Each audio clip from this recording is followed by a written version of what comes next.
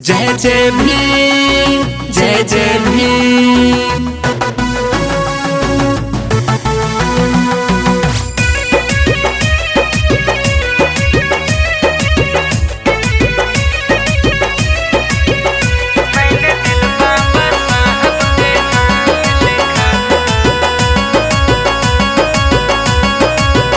बाबा साहब के दिन बाकी राज करिले, जवन सोचले ना रहली तू आज करिले, जवन सोचले ना रहली तू आज करिले। बाबा साहब के दिन बाकी राज करिले, जवन सोचले ना रहली उ आज करिले।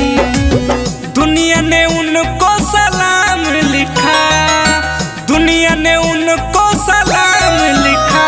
मैंने दिल बाबा साहब के नाम लिखा, मैंने दिल बाबा साहब के नाम लिखा, मैंने दिल बाबा साहब के नाम लिखा।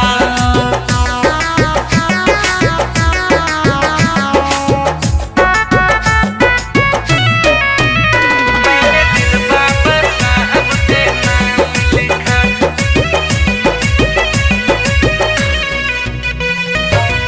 अपना कलम से बना के संविधान जी, दुनिया पूजेला साहब के विधान जी।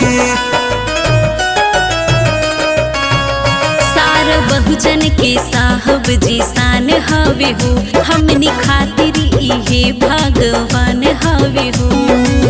भीम जी का नाम खुले आम लिखा, भीम जी का नाम खुले आम लिखा। मैंने दिल बाबा साहब के नाम लिखा, मैंने दिल बाबा साहब के नाम लिखा, मैंने दिल बाबा साहब के नाम लिखा।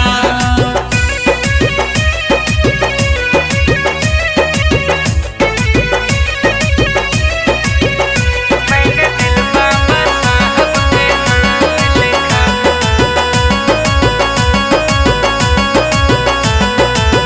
दुनिया दीवाना बाबा भीम राव के, केहू न भुलाई हो इनकर छाव के। सारा शोषित समाज के उबार दिहले, सारा बहुजन के बाबा जी प्यार दिहले। राजा सूरज बिना सुबह शाम लिखा, राजा सूरज बिना सुबह शाम लिखा। मैंने दिल बाबा साहब